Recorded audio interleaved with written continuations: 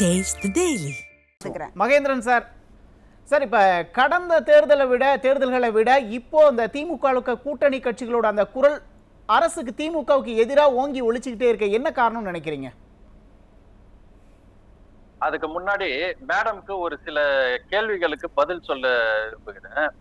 அதாவது அவங்க கடந்த தேர்தல்களை காட்டிலும் இந்த தேர்தலில் திமுக கூட்டணி கட்சிகளோட குரல் ஓங்கி ஒலிச்சுக்கிட்டே இருக்கு. அதுதான் சார், அதுக்கு முன்னாடி நம்ம மேடம்க்கு ஒரு சில கருத்துக்கள். உங்களோட இணைப்புல ஏதோ பிரச்சனை இருக்குன்னு நினைக்கிறேன். நான் உங்ககிட்ட வரேன், பேசுவோம். ஹலோ, கேக்குதுங்களா? கேக்குதா சார்? சொல்லுங்க. இல்ல, கூட்டணி கட்சிகள் வந்து இப்ப குரலை ரொம்ப பலமா திமுக அரசுக்கு எதிராக முன் வச்சுக்கிட்டே வராங்களே, பல கோரிக்கைகளை முன்வைக்கிறாங்க. அதுக்கு முன்னாடி மேடம்க்கு ஒரு சில கேள்விகளுக்கு நான் பதில் சொல்றேன். அவங்க வந்து பாசிசத்தை பத்தி சொன்னாங்க. அது வெறும் ஆட்சியை மட்டும் குறிப்பிடாது. இன்னைக்கு ஒரு பொதுவான ஒரு விஷயத்தை எடுத்துக்கொண்டா, ஒரே குடும்பத்தை சேர்ந்த அப்பா, அதன் பிறகு மகன், அதன் பிறகு பேரன், அதன் பிறகு கொள்ளு பேரன், இது கூட ஒரு வகையில பாசிசம் தான் சொல்ல முடியும். புரியுதுங்களா மேடம்? அதுக்கப்புறமா வந்து இந்த எதிர்கட்சிகள் வந்து எங்க கூட்டணி கட்சியை பத்தி ஒரு நெரேட்டிவ் செட் பண்றாங்கன்னு சொன்னீங்க இல்லையா? அதாவது நீங்க செட் பண்ணலையா? அண்ணா திமுகவும் பிஜேபியும் வந்து பொருந்தா கூட்டணின்னு சொல்லிட்டு எத்தனை விவாதங்கள் நீங்கள் நடத்திருக்கிறீர்கள்? இன்னைக்கு இப்ப கூட்டணி கட்சி வந்து நாங்கள் வந்து கம்யூனிஸ்டுகளுக்கெல்லாம் நாங்க மதிப்பு கொடுக்கிறோம், தொழிலாளர்களுக்கு மதிப்பு கொடுக்கிறோம்னு சொன்னீங்களே. 12 மணி நேரம் வேலை யாருடைய ஆட்சியில் கொண்டு வரப்பட்டது? அதை பத்தி சொல்லுங்க. 1 மணிக்கு இடைவேளை நேரத்தில் போராடக்கூடாது என்று சென்னை உயர் நீதிமன்றத்தில் சென்று தடையாணை வாங்கியது எந்த ஆட்சி காலத்தில்? அது சொல்லுங்க. இன்னைக்கு நீங்க வந்து சொல்றீங்க ஒரு கூட்டணி கட்சியில இருக்கிறவரு இந்த பொறுப்புல இருக்கணுமா இருக்க கூடாதான்னு சொல்லிட்டு முடிவு பண்றது எந்த கட்சியில? ஆதவ அர்ஜுனாவை விடுதலை சிறுத்தை கட்சியில இருந்து நீக்கியது யார்? அதெல்லாம் சொல்லணும். நீங்க பாத்தீங்கன்னாக்கா, செல்வ பெருந்தகை கட்சி தலைவராக பொறுப்பேற்றவுடன் அவர் வந்து ஒரு கருத்தை சொன்னாரு. நம்ம பெறுகிற இடத்தில் மட்டும்தான் இருக்கிறோம், கொடுக்கிற இடத்திற்கு எப்பொழுது வரப்போகிறோம்ன்றத சொன்னாரு. மீண்டும் நமது தமிழகத்துல காமராஜர் ஆட்சியை கொண்டு வரணும்னு சொன்னாரு. அதற்கு ஈவிகே சிலவங்க தான் சொன்னாருங்க, நடப்பதே காமராஜர் ஆட்சி தான் சொன்னாருங்களா? நீங்க பாத்தீங்கன்னாக்கா, காமராஜரை பற்றி பேசினார்கள். எந்த பிரச்சனைக்கும் வாய் திறக்காத இந்த கூட்டணி கட்சிகள் இன்னைக்கு இப்படி ஒரு பிரச்சனைக்கு வாய் திறக்கிறது என்று சொன்னால் அவர்கள் கூட்டணியில் ஒரு குழப்பம் ஏற்பட்டுள்ளது. இன்னைக்கு அவங்க வந்து தாவேக்காக்கு போவதற்கு முடிவு செய்து விட்டார்கள். என்னக்கா, இங்க இருந்தாக்கா முதல்ல வந்து 2006ல 63 நாயன்மார்கள், என்னக்கா முன்னாடினாக்கா நம்ம ஆட்சியில இருந்தோம், கீழே ரைடு விட்டுட்டு கீழே நம்ம கூட்டணியை நடத்தி 63 சீட்டு வாங்கலாம்னு நினைச்சிருந்தாங்க. இன்னைக்கு ஆட்சியிலயும் அவங்க இல்ல. அதனால அதுக்கு அடுத்ததான் எதிர்கட்சி தலைவரும் ஒரு விஷயத்த சொல்லி இருந்தாரு, எங்களோட கூட்டணிக்கு மிகப்பெரிய கட்சி ஒண்ணு வரப்போகுது அப்படின்னு சொல்லிட்டே இருக்காங்கல்ல. அப்ப திமுகவில் இருக்க கூட்டணி கட்சிகள் தங்களுக்கு ஒரு ஆப்ஷன் கிடைச்சிருக்கு அப்படிங்கிற எண்ணத்துல இந்த மாதிரி குரல் கொடுக்கறாங்களா அப்படின்னு நம்ம ஒரு கேள்வி வருது இல்ல?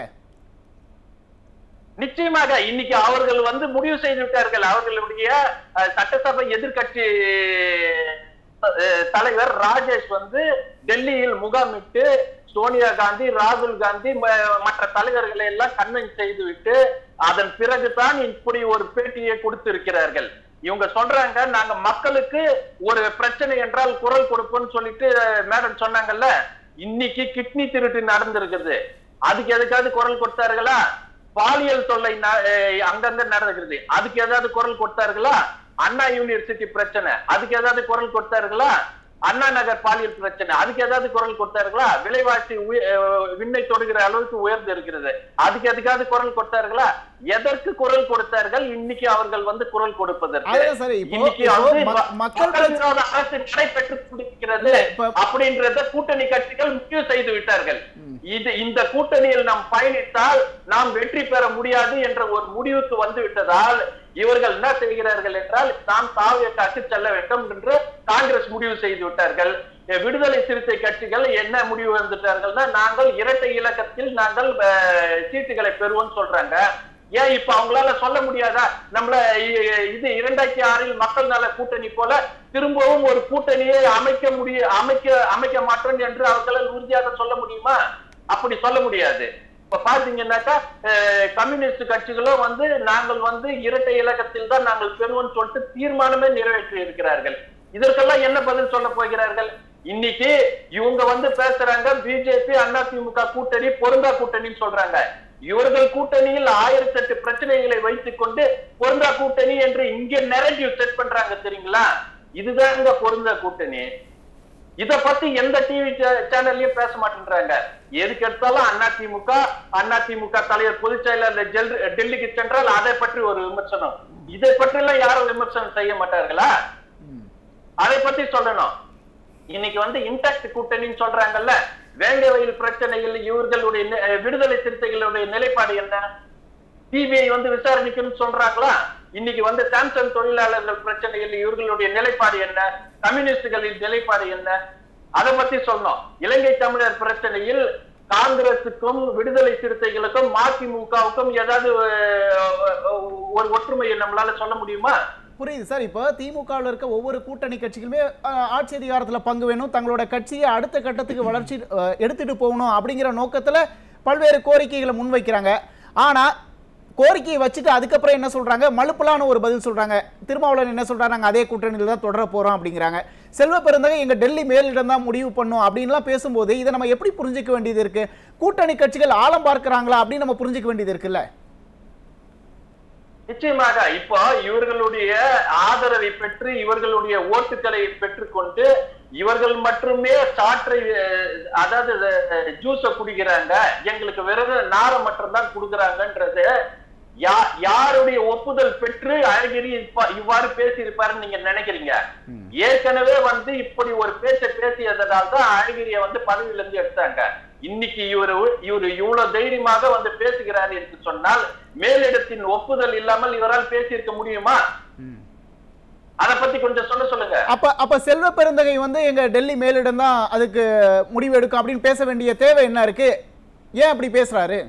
தலைவர் அப்படித்தான் பேசி ஆகணும். இன்னைக்கு ஒருத்தரை பேச விட்டுட்டாங்க. தலைவரும் அதே நிலைப்பாட்டில் இருந்தார் என்றால் ஒரே நேர்கோட்டில் பயணிக்க முடியாது அப்படின்ற ஒரு சூழ்நிலைனால இன்னைக்கு அவரை பேச விட்டுட்டு நாங்க அப்படி எல்லாம் ஒண்ணு இல்ல, எங்களுக்கு மேலிடம் முடிவு பண்ணோம் அப்படின்னு சொல்லிட்டு ஏதாவது ஒரு மதிப்பிலான ஒரு பதில கூட சொல்லி இருக்கலாம். ஓகே. அப்ப ஒட்டுமொத்தமா இப்ப 2026 இந்த கூட்டணி கணக்குகள் மாறத்துக்கான மிகப்பெரிய வாய்ப்பு இருக்கு அப்படின்னு நம்ம இதை உறுதிப்படுத்தலாங்களா? காங்கிரஸ் கட்சி தாவேகாவுக்கு செல்வதற்கு முடிவு செய்து விட்டார்கள். இங்க இருந்தாக்கா இவர்களுக்கு கடந்த முறை 24 சீட்டு தான் கொடுத்தாங்க. இன்னைக்கு இப்ப அது கூட கொடுக்க மாட்டாங்க. தாவேகாவுக்கு சென்றால் 50 தொகுதிகளுக்கு மேல் கேட்டு பெறலாம் என்ற ஒரு மனநிலைக்கு வந்து விட்டார்கள். 26 29 இவர்கள் எப்படியாவது ஆட்சி பிடிக்க வேண்டும். இவர்களுக்கு வாழ்வா சாவா என்ற பிரச்சனை உள்ளது. அடுத்த கட்டத்துக்கு கட்சியை எடுத்து செல்ல வேண்டிய காலகட்டத்தில் இவர்கள் இருக்கிறார்கள். அதனால இவர்கள் இப்பொழுது முடிவு செய்து விட்டார்கள். தாவேகாவுக்கு சென்று நம்ம இவரு 50 தொகுதிகளுக்கு மேல் பெற வேண்டும். இங்க இருந்தாக்க நமக்கு சென்ற முறை கொடுத்த தொகுதிகளை விட கம்மியான தொகுதிகள் தான் கொடுப்பாங்கன்ற ஒரு மனநிலைக்கு உருவாக்கிட்டாங்க. மதிமுகவும் இதே நிலைப்பாட்டில் தான் இருக்கிறார்கள். ஏன்னாக்கா அவர்களுடைய எம்எல்ஏ கேண்டிடேட்டே திமுக இணைக்கிறாங்க. இதுல கூட்டணி முரண்பாடுகள்லாம் இல்லைங்களா? இத பத்தி எல்லாம் யாரும் பேச மாட்டார்களா? மதிமுகவில் இருக்கிற ஓகே சார், நான் முதற்கட்ட கருத்தா எடுத்துக்கிறேன். நம்ம மகேந்திரன் சார், உங்களோட இறுதி கருத்து மிக சுருக்குமா சார்? அதாவது அவர் தான் முதல்ல சொல்லிட்டாரு விஜய், தாவேகால நீங்க கூட்டணிக்கு வந்தாக்கா ஆட்சி அதிகாரத்தில் பங்குன்னு சொல்லிட்டாங்க. அதை நோக்கி தான் இப்ப காங்கிரஸ் கட்சிக்காரங்க போறாங்க. முதல்ல இவங்க ஓட்டிங் மிஷின்ல பிரச்சனைன்னு சொல்லிட்டு இதுக்கு பண்ணாங்க. அதுக்கு காங்கிரஸ் கட்சியுடைய எம்பி கார்த்திக் சிதம்பரம் என்ன சொன்னாரு? அப்படி எல்லாம் ஒண்ணு இல்லைன்னு சொன்னாங்க. இப்ப ஓட்டு திருட்டுன்ட்டு ஒரு புது கதையை கொண்டு வராங்க. இன்னைக்கு கூட்டணி கட்சியில இருக்கிற கம்யூனிஸ்ட் தோழர் சண்முகம் அவர் என்ன சொல்றாரு? நீங்கள் தேர்தல் வாக்குறுதிகளை சொன்னது அனைத்தும் நிறைவேற்றவில்லை ஓப்பனா தானே சொல்லி இருக்கிறாரு. அதுக்கு என்ன சொல்ல போறாங்க? இன்னைக்கு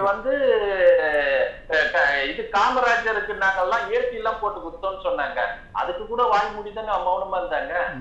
இன்னைக்கு தானே அவங்க வாய் திறந்து பேச ஆரம்பிச்சிருக்கிறாங்க.